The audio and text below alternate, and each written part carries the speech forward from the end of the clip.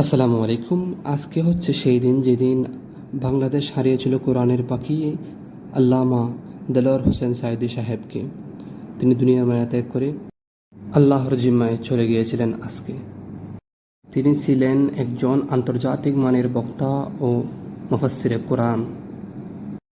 2023 সালের 13ই আগস্ট কাশিমপুর কারাগারে থাকা অবস্থায় সাঈদী সাহেব বুকে ব্যথা অনুভব করলে তাকে প্রথমে গাজীপুরের শহীদ তাজউদ্দিন আহমদ মেডিকেল কলেজ হাসপাতালে এবং পরে ঢাকার বিএসএমএমইউতে স্থানান্তর করা হয়।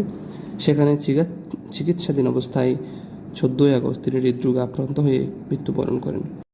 ওনার এমন মৃত্যুতে ওনার ভক্ত ও শুভাকাঙ্ক্ষীরা মেনে নিতে না পারায় বিক্ষোভ করেছিল এবং সেই বিক্ষোভ দমনে তখন স্বৈরাচার শাসক তাদের উপর স্টিমুলার আরও চালায়। ইভেন সেই লাশবাহী গাড়ির উপর পর্যন্ত তারা হামলা করেছিল সেদিন।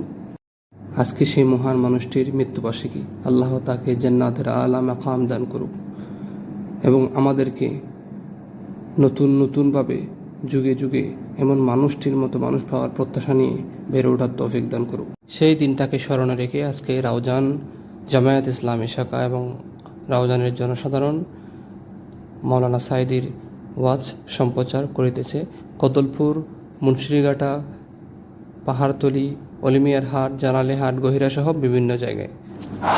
বিড়ালের মতো 500 বছর বেঁচে থাকার কোনো লাভ নাই। সিংহের মতো 1 ঘন্টা বাঁচতে চাই। বিড়ালের মতো 500 বছর বেঁচে থাকার কোনো লাভ নাই। জীবনের সর্বশেষ যে কাজটা কথাটা বলেছিলেন সেটা ছিল কি? নামাজ। নামাজ।